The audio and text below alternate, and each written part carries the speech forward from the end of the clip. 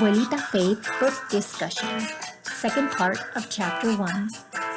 In amongst the Puerto Rican is that they may not know the language, which I cringe because my mother insisted in us always knowing the language, reading and writing and to perfection. But in this generation, the kids may not know the Spanish or not feel as comfortable with the Spanish, but they are very much in tune of being Puerto Rican. You ask them, and yes, Puerto Rican. And in the parents or families, they've traveled back to the island, and that has kind of reinstated their culture. Maybe not to the level that my generation was. I mean, with my mom and my dad, my mom really, the culture was not lost. I wasn't allowed. All books I read were Spanish, and it was something that was very much ingrained in me as a child and studying and the whole bit, to the point that when I moved to Puerto Rico back when I was in my 20s, I actually felt more Puerto Rican than many Puerto Ricans that lived in the island because of honestly, Agreed. I mean, the love and the passion I had for the island could not compare, to the ones that were in the island. So, it's just a matter of, Do you think it is because you guys suffered more than us, than this generation? Because right now, when you go to the States, most of our kids know English. The ones that live in Puerto Rico, they go over there, they know English. This new generation, they're globalized. I mean, like, they know. It's not the same discrimination that I read about when I moved to Texas that my parents went through. Not at all. So I think the factor of feeling out of place and being discriminated is a big factor of you loving your island even more and appreciating it more, and finding an identity in what you are, because you're feeling left out. So I think that might be a factor. That is a very interesting point, because even because I was light skinned, I was questioned as far as being a Puerto Rican, which was a great offense to me. But my brothers, both of them, had afros. They would, even in their ignorance, people would say, but your hair, oh wait, your brothers, but and yo me sentía tan ofendida. I mean, really, ¿te crees que Puerto Rico todavía tienen taparrabo? Honestly, what is wrong with you? So I did go through that quite a bit from the perspective of a quote unquote light skinned, versus my brothers probably have another, another perspective. That's so interesting. It's so interesting that in one family, because this is what Puerto Ricans are. Like in one family, you have the Afro and a little bit of features and a little bit more color, and then you have a totally white person and their brother and sister. And it's just that sancocho coming out, like, you got the part with la papa. Guilty. Tú eres la papa del sancocho.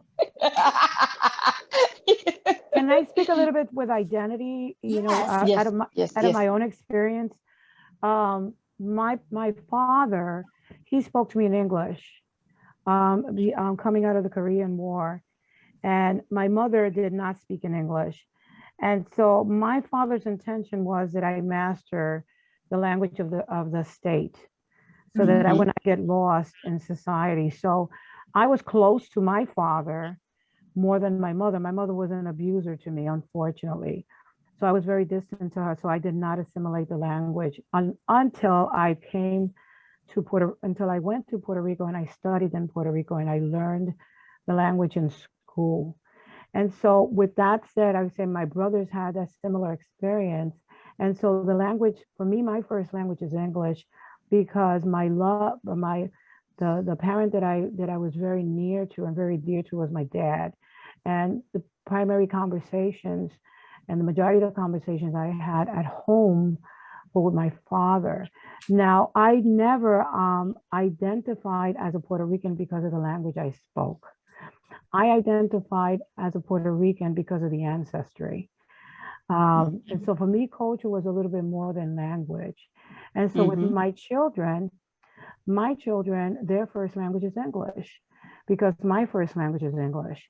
But my children, being second generation, because I'm first and they're second, so my children, they identify themselves as Puerto Ricans, not even as New York Ricans. They identify themselves as Puerto Ricans. My daughters had the opportunity to visit Puerto Rico, and there they sort of like really assimilate, you know, like te pegaron a la tierra. They really got it, you know, like soy puertorriqueña, you know, that pride that you get when you finally land there and you say, oh, this is what, you know, la gente, el pueblo, you know, that we're one language, la cultura de la isla. And my daughter, the youngest daughter, she got on my case and she said, you know, I really want to blame you for something, for not knowing the Spanish language and being able to articulate it, you know, the way you do, because you didn't speak it to us at the home. And so my daughter, the youngest one, she intentionally took up Spanish when she was in college, and she majored in the Spanish language and literature, wanting to teach Spanish. We moved away from it today. Today she's pursuing to become a vegan chef. She's the vegan in the family. And so my son, I have a vegan daughter. She's like, and she's an advocate, and she forget it, save the planet and the whole shemacks. That's my daughter too. Yeah, I'm a pescatarian, and she's like, get away from the fishes. You don't understand this and that. I'm like, oh, and I said, well, Jesus ate fish. That was his. Hello, that my son said, listen, that's your argument. Jesus ate fish. I said, okay. My daughter said, that's not so, blah, blah, blah, blah. Anyway, God bless her. She's going to be an incredible chef. But just to stick with the content over here of our conversation, my son is gringo.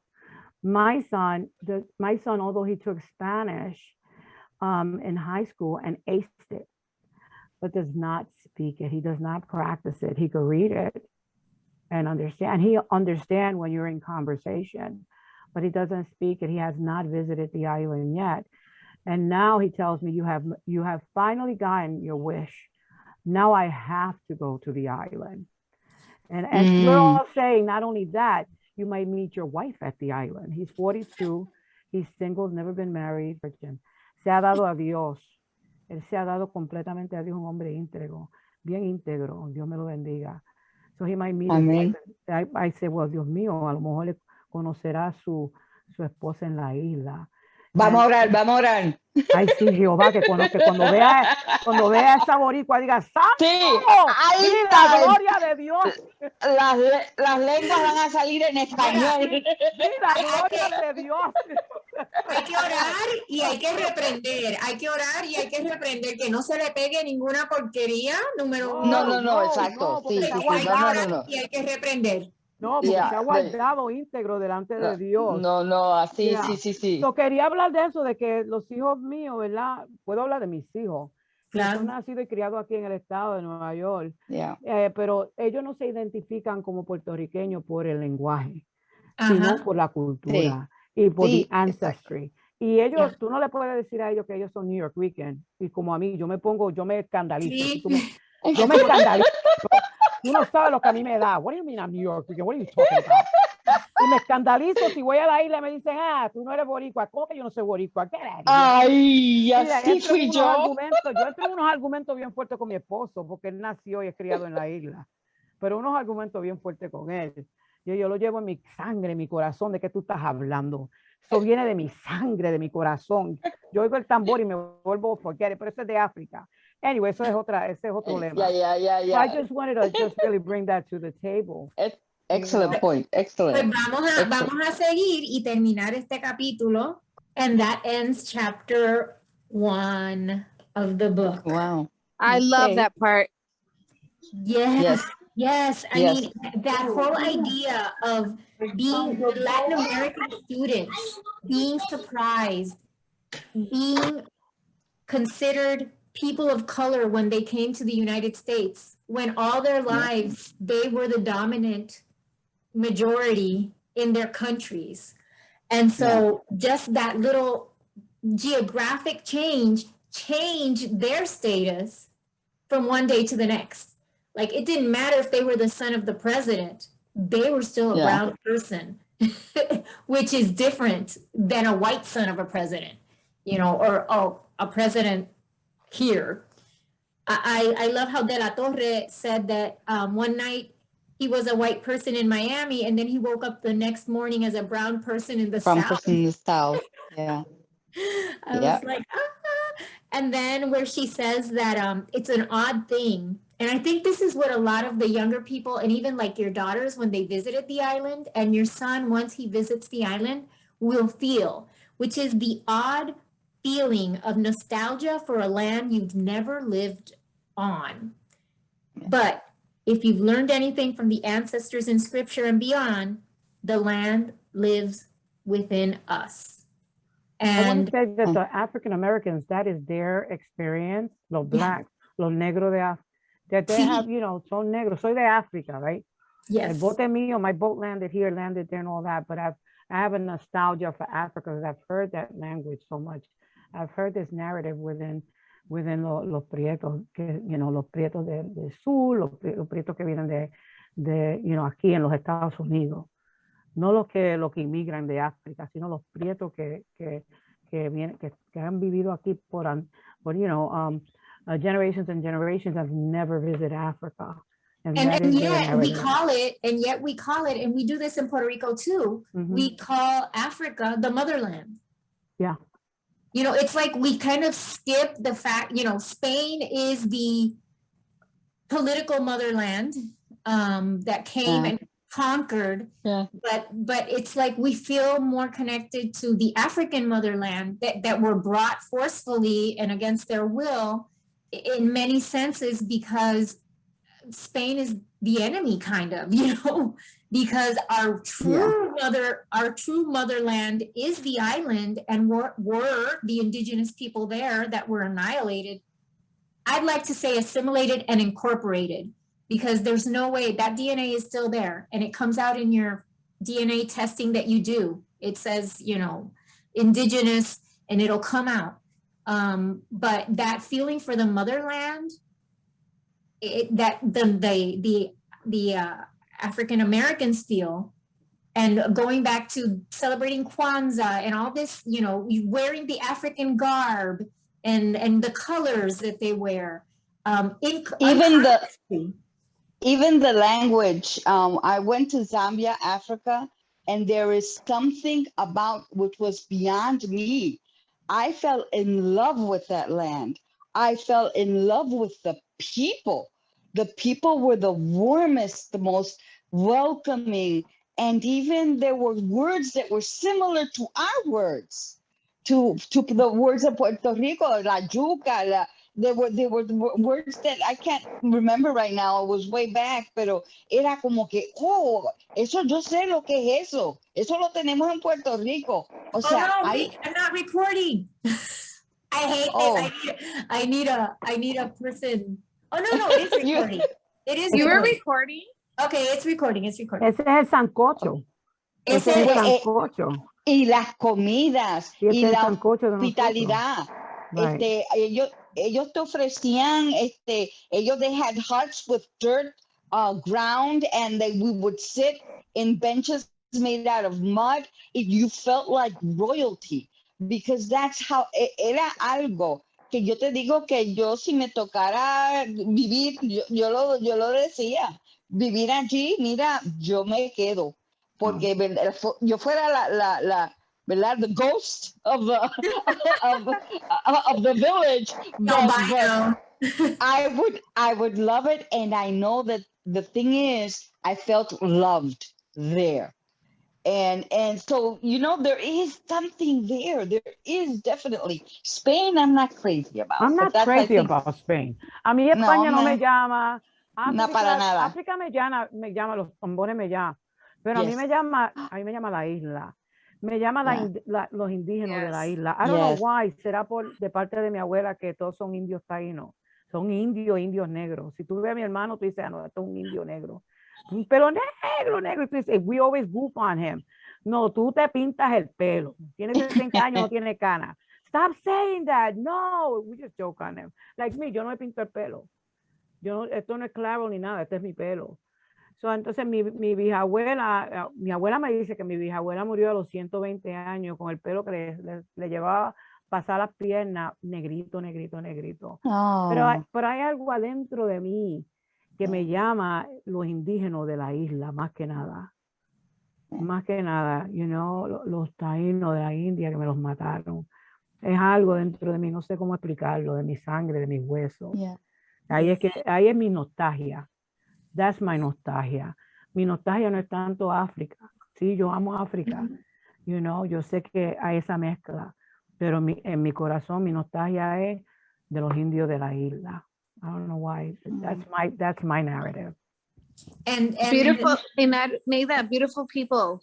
I got to do I have to go because I have a national sport, Puerto Rican sport. I'm gonna go see Miss Universe Puerto Rico. It's a date with the That's family. tonight? Yeah. It's at What? 8 o'clock. Yeah. So even Papi's watching it. So you know how it is down here with that. So yo tengo que irme like now. that's like the Olympics. That's like the Olympics. Yeah. Right? I know. I love you, girls. Bye. Okay, bye. Bye. So yeah, there's that longing. I think every Puerto Rican, once they become in touch with their Puerto Ricanness, there is always that longing, just like the Cubans, for that promised land, or that promise, or that connection to a place that doesn't exist, really. It's sad because it doesn't exist. It might exist in the memory, but of course, the good old days weren't always that good. But it's a nostalgia for that strange place that is non-existential, but we know that it's part of us. It's something you can't grasp. It's not even geographic necessarily. It's just, we belong to something else.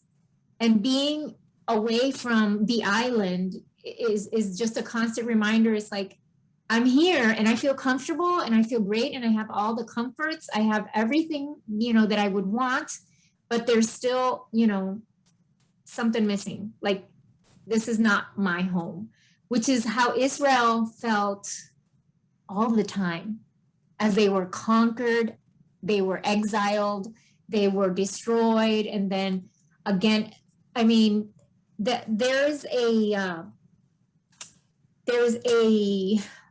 a friar who wrote a book called The Galilean Journey.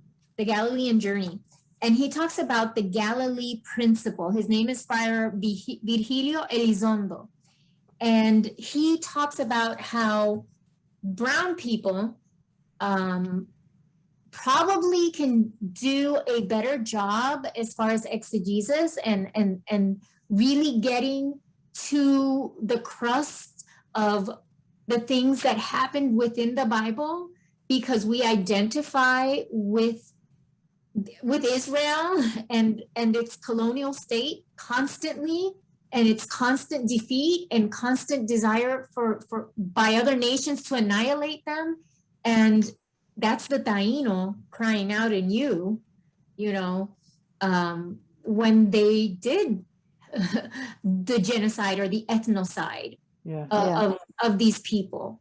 Yeah. And so when we read the scripture, we have that richness of knowing, of living in a land that's always been conquered by someone else and always been owned by someone else, but retaining and fighting to have our own identity, our own language, just like the Hebrews did, our own way of looking at things and celebrating things. And so it's really interesting how he mentions that the Galilean principle is that God has always used the marginalized, the rejected, and been attracted to them, and had a special relationship with them throughout history. And Jesus was condemned for that, for hanging out with the rejected, the marginalized, and the unliked, the minority. both in the elite and both in the low of the low.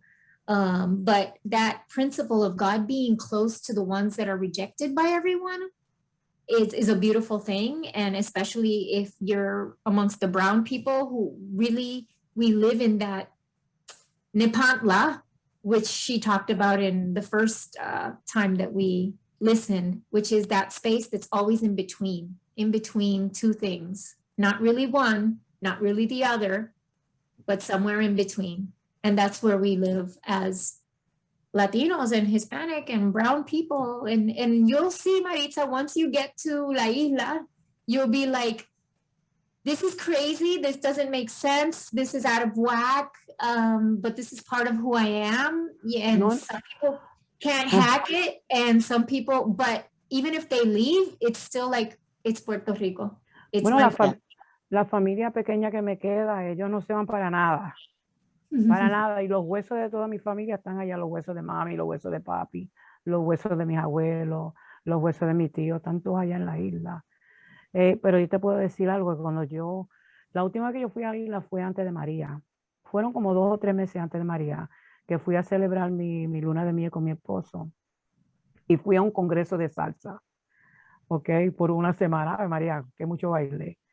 Pero, y fíjate que yo estaba al frente del mar y yo sentí las aguas del mar que iba a venir algo para la isla.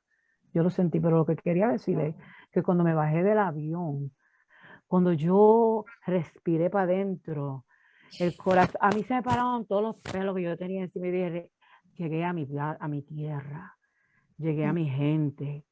Ay, María, eso fueron las 3 semanas más ricas de mi vida, porque yo me quedé allá casi 3 semanas.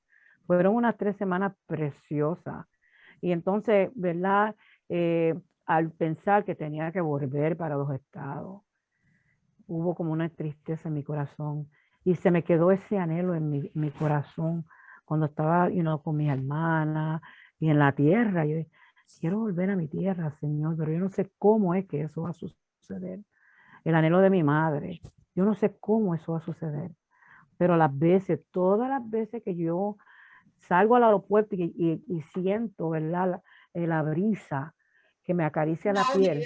El calor, los mosquitos, el coquí, todo a la vez. It's like, it's yucky, but it's yummy. Yay. Thank you. I was about to say that. It's yucky, but it's yummy. It's yucky, but it's yummy. Isn't that something? That's I think there's another book. I like that. It's yucky, but it's yummy. That's a good title. There's another book called, I think, what is it called? I think it's Don't Stop Clapping. And it's about the tradition that we have of clapping on the airplane and how like that. Little by little people We're the only ones that do that. Well, little by little people have felt kind of intimidated and ridiculous about doing it, and how we can't stop doing that. We need to continue that tradition, because I know that feeling too. When was it that I went? Before COVID, I was able to go because I had to go to a conference and give a class and whatnot over there. And that feeling of, you're getting close, and it's that your heart's like, and when you finally see the little lights, and you're like, yeah. I don't know what the hoop that's about. Cuando ve la isla y está. So, and I've traveled all over the world, but that little feeling, that little skip of the heartbeat is very, very different. And when you leave, it's like that, I wish things were different so I didn't have to leave. Exactly. But they weren't for me, at least at that moment. So I had to come back. Pero yeah, it's don't stop clapping. We need to, and that all has to do with helping younger generations. And that's one of my, while I'm here, it's like, I'm very much focusing on, we've got to talk to the kids about being Puerto Rican is more than just having a flag on your shirt or on your pant butt or whatever. There's so much more. And you need to know, you need to, find and be curious about it. And kids are curious about it. But if nobody sparks the curiosity, se quedan, just doing life. Life is complicated enough. So I thank you, ladies, for joining me for the end of first chapter, and next Thursday we will I- be back. Yes. I completed chapter 2, and yeah, I know it's the nerdy in me. And so I really have some great stuff. The conversation I think is really good when we talk about who are the abuelitas in our lives. And I did a really good reflection. This really helped me to really go, like really journey and say, ¿cuáles fueron las abuelas en mi vida? No abuela, pero abuelas. And I started enumerating. What happened? Ay, mira, fulín, ay, fulán, ay, fulín, y filín. Really, I really appreciate that chapter for that more than anything. I really appreciate that chapter for that. And I want to go back to that and just celebrate these abuelas in my life that have, that have formed me into the woman that I am today. Thank you for this gift. Yay!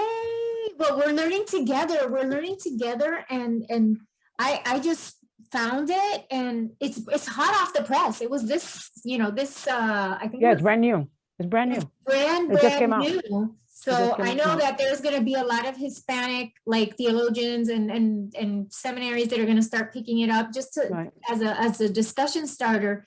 And I was like, no, I got to grab it. And we need some Puerto Ricans to start writing books. I don't know, Maritza. I am going to write. So Mike, the first thing I want to do is, of course, is publish my dissertation because it's on Puerto Rican women. And then from there go on, but que te puedo decir que I have a critique with the reader, because when we hear her, this is the second time, she's so gringa. And we're, and this is such Latino base, and it's like, there it goes. I'm like, ha! No quiero que una gringa lea este libro. Oh, no. Here goes the dominating voice. It's going to be horrendous later when she starts talking about the phrases that abuelitas would say. But we have to bear with, and we have to understand, that this is probably how English-speaking people that have no accent at all hear Hispanics and are like, but it speaks to the dominant culture. It really speaks to that, the dominant culture, and how this dominant culture, if you will, says, well, nosotros somos los que vamos a leer el libro, ¿verdad? Yeah. No hubo una latina que es just like yourself, if you will, o la titi tuya, or your sister that are brilliant, y que pueda leer el libro, bendito sea el Señor, y interrumpir y decir, huepa y vaya, no puedo.